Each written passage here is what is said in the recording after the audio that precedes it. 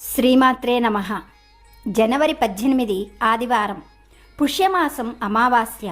ఈ పుష్యమాసపు అమావాస్యను చొల్లంగి అమావాస్య మరియు మౌని అమావాస్య అనే పేర్లతో కూడా పిలుస్తారు. ఈ పుష్యమాసపు అమావాస్య రోజు ఎంతో ప్రాముఖ్యమైనది. సంవత్సరంలో 12 అమావాస్యలు వస్తాయి. ఏ అమావాస్యకు ఆ అమావాస్య ఎంతో ప్రత్యేకమైనది. అయితే పుష్యమాసంలో వచ్చేటువంటి ఈ మౌని అమావాస్య ఎంతో ప్రత్యేకతను సంతరించుకున్నది. ఎందుకనగా ఉత్తరాయణం ప్రారంభంలో ఈ పుష్యమాసపు మౌని అమావాస్య రావడం జరుగుతుంది. అలాగే శివరాత్రికి ముందుగా వచ్చేటువంటి ఈ చొల్లంగి అమావాస్య రోజు కొన్ని ముఖ్యమైన పనులను చేయడం వలన మన జీవితంలో అత్యద్భుతమైన మార్పులు వస్తాయి అని శాస్త్రవచనం. ఈ అమావాస్యకు ఉన్నటువంటి విశిష్టత ఏమిటో, అలాగే మనము ఈ అమావాస్య రోజు చేయవలసిన పనులేమిటో ఆ విషయాలను గురించి ఇప్పుడు తెలుసుకుందాము. ముందుగా ఈ అమావాస్య ఆదివారంతో కలిసి రావడం అనేది ఎంతో విశేషమైనటువంటి రోజు. అలాగే ఆదివారంతో కలిసి వచ్చిన ఈ అమావాస్యకు అత్యంత శక్తి మరియు నెగిటివ్ ఎనర్జీని పోగొట్టగలిగేటువంటి గొప్ప శక్తులు కూడా ఉంటాయి అని పెద్దలు చెప్పేటువంటి మాట. అందువలన ఈ మౌని అమావాస్య రోజు చేయవలసినటువంటి పనులు ఏమిటో, అలాగే చెయ్యకూడని పనులేమిటో, ఏ పనులు చెయ్యడం వలన ఎటువంటి గొప్ప పుణ్యఫలం లభిస్తుందో మొదలైన అన్ని విషయాలను కూడా ఈ వీడియోలో వివరంగా తెలుసుకుందాం.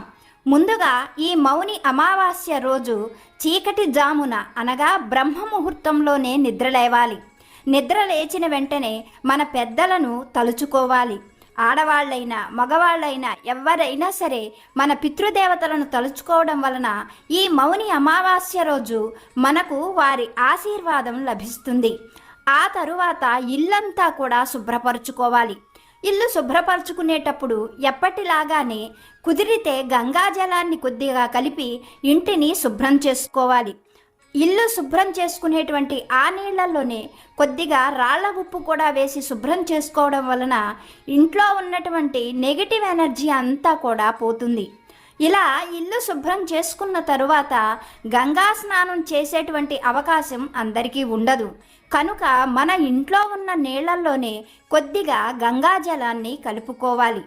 గంగాజలాన్ని ఆ నీళ్లలో ఎందుకు కలుపుకోవాలి?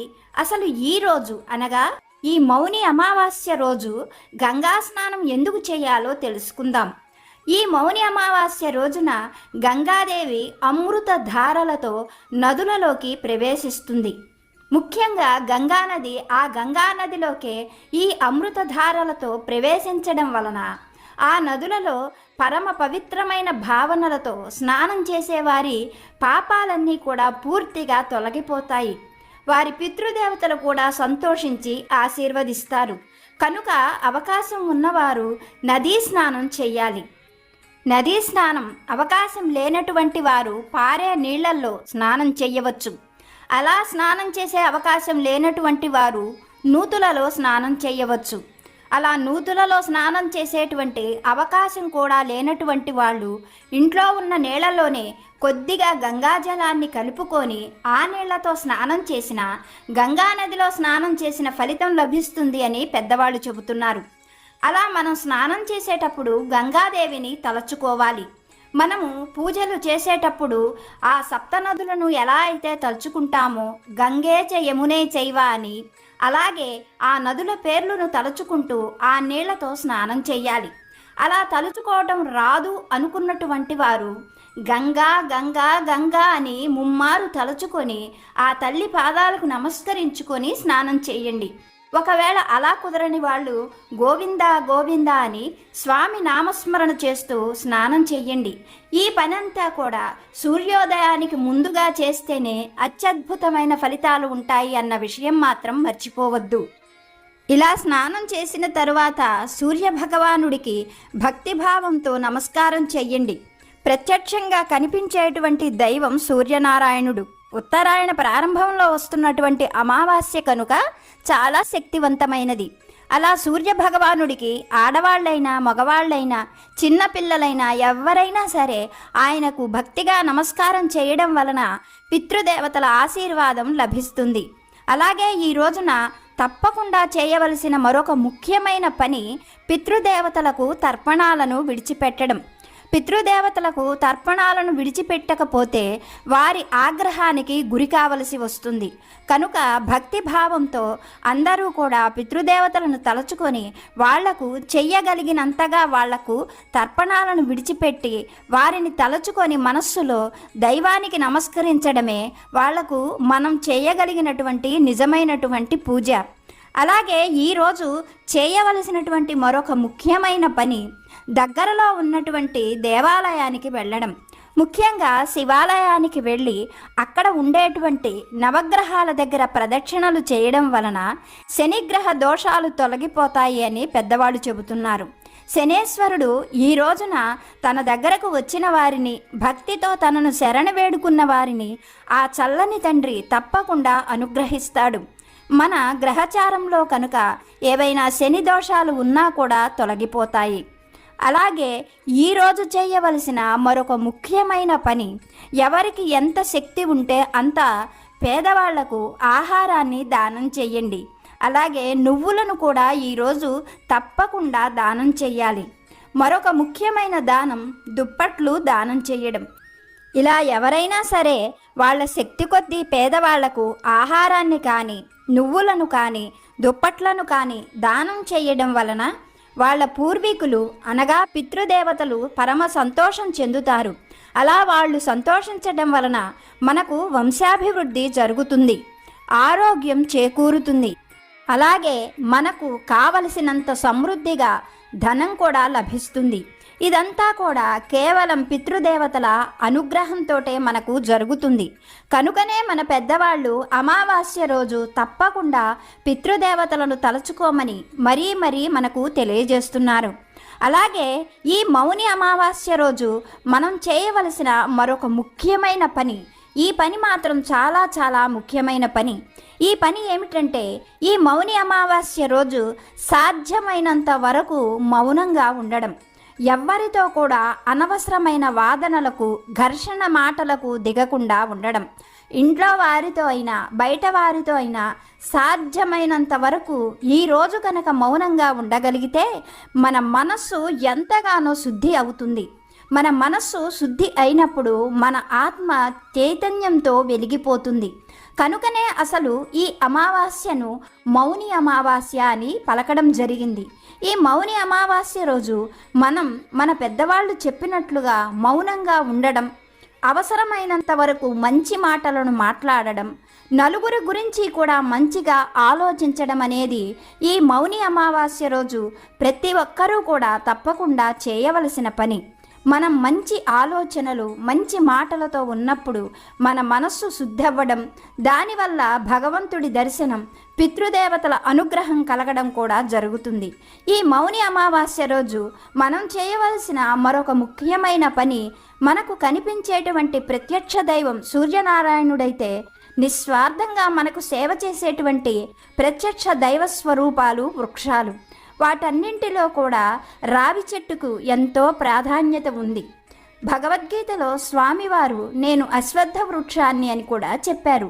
కనుక మీకు దగ్గరలో ఏదైనా రావి చెట్టు ఉంటే గనుక, అది కూడా దేవాలయంలో ఉంటే సూర్యోదయానికి ముందే శుభ్రంగా స్నానం చేసి భక్తి భావంతో శుభ్రంగా తోమినటువంటి ఒక రాగి చెంబు తీసుకొని దానిలో మంచినీళ్లను నింపి దానిలో కొద్దిగా నల్ల నువ్వులను కూడా వేసి కొన్ని పూజా సామాగ్రిని తీసుకొని మీకు దగ్గరలో ఉన్న రావి చెట్టు దగ్గరకు వెళ్ళండి. మీతో పాటు తీసుకెళ్ళినటువంటి నువ్వులు కలిపిన ఈ నీళ్లను రావి చెట్టు మొదట్లో పోయండి. ఆ తరువాత ఆ రావి చెట్టు దగ్గర మీతో పాటు తీసుకెళ్ళినటువంటి పూజా సామాగ్రిలో అనగా మట్టి ప్రమిదలలో నువ్వుల నూనె పోసి అక్కడ దీపారాధన చెయ్యండి. భక్తి భావనతో మీరు దీపారాధన వెలిగిస్తూ ఉన్నప్పుడు మీ మనస్సు, మీ హృదయం ఎంత శుద్ధి అవుతాయో, మీలో ఎంత ఆధ్యాత్మిక భావన పెరుగుతుందో మాటలలో చెప్పలేం. కొన్ని పనులు చేస్తున్నప్పుడు మాత్రమే మనలో ఆ మార్పు అనేది వస్తుంది. ఇలా నువ్వుల నూనెతో దీపారాధన చేయడం, ఆ రావి చెట్టుకి నువ్వులు కలిపిన నీళ్లు పొయ్యడం వలన మనకు శనేశ్వరుడి అనుగ్రహం కలుగుతుంది. శని భగవానుడి అనుగ్రహం కలిగితే ఇంకా జీవితంలో ఎదురుండదు. మరీ ముఖ్యంగా శని సంచారంతో అనారోగ్య సమస్యలతోనూ ఆర్థిక సమస్యలతోనూ బాధలు పడుతున్నటువంటి వారు ఈ పరిహార క్రియను చేసుకోవడం వలన తప్పకుండా శని భగవానుని అనుగ్రహాన్ని పొందవచ్చు. ఈ పని అంతా కూడా సూర్యోదయానికి ముందుగా చేయవలసి ఉంటుంది. భక్తి భావంతో చేయవలసి ఉంటుంది. చక్కగా రావి చెట్టు దగ్గర నువ్వులతో కలిపిన నీళ్లు పొయ్యటం, అలాగే మట్టి ప్రమిదలో దీపారాధన నువ్వుల నూనెతో చేయడం, ఇవన్నీ కూడా శని భగవానుడు మన పట్ల అనుగ్రహం కలిగి ఉండేందుకు ఎంతగానో దోహదపడతాయి. ఆ రావి చెట్టు చుట్టూ 108 ప్రదక్షిణలు చేయడం మన ఆరోగ్యాన్ని, మన మానసికమైన శక్తిని మరింతగా పెంచుతాయి. రావి చెట్టు సాక్షాత్తు నారాయణమూర్తి స్వరూపం. అలాగే ఈ రోజున లక్ష్మీనారాయణులను పూజించడం వలన మన పితృదేవతలు ఎంతగానో సంతోషిస్తారు. వారిని సుగంధమైనటువంటి పువ్వులతోనూ, అలాగే స్వామివారిని తులసీ దళాలతోనూ ఈ మౌని అమావాస్య రోజు పూజించడం వలన లక్ష్మీదేవి అనుగ్రహం కలుగుతుంది.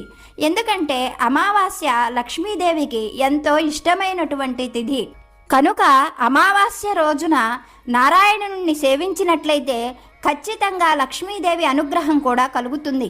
ఆ జగన్మాత అనుగ్రహం డబ్బు కోసమే కాదు, ఆరోగ్యము, ఐశ్వర్యము, సంపద, విద్య, వంశాభివృద్ధి అన్నీ కూడా ఆ తల్లి ప్రసాదించగలదు.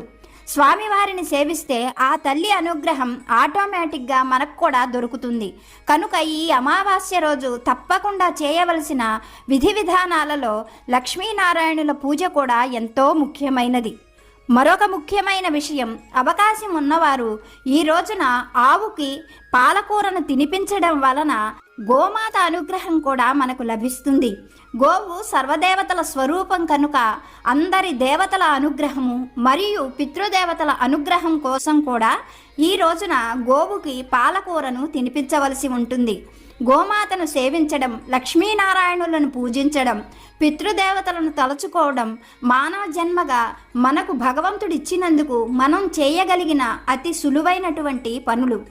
ఈ పనులన్నీ కూడా భక్తి భావనతో చెయ్యండి. మౌనంగా ఉండండి.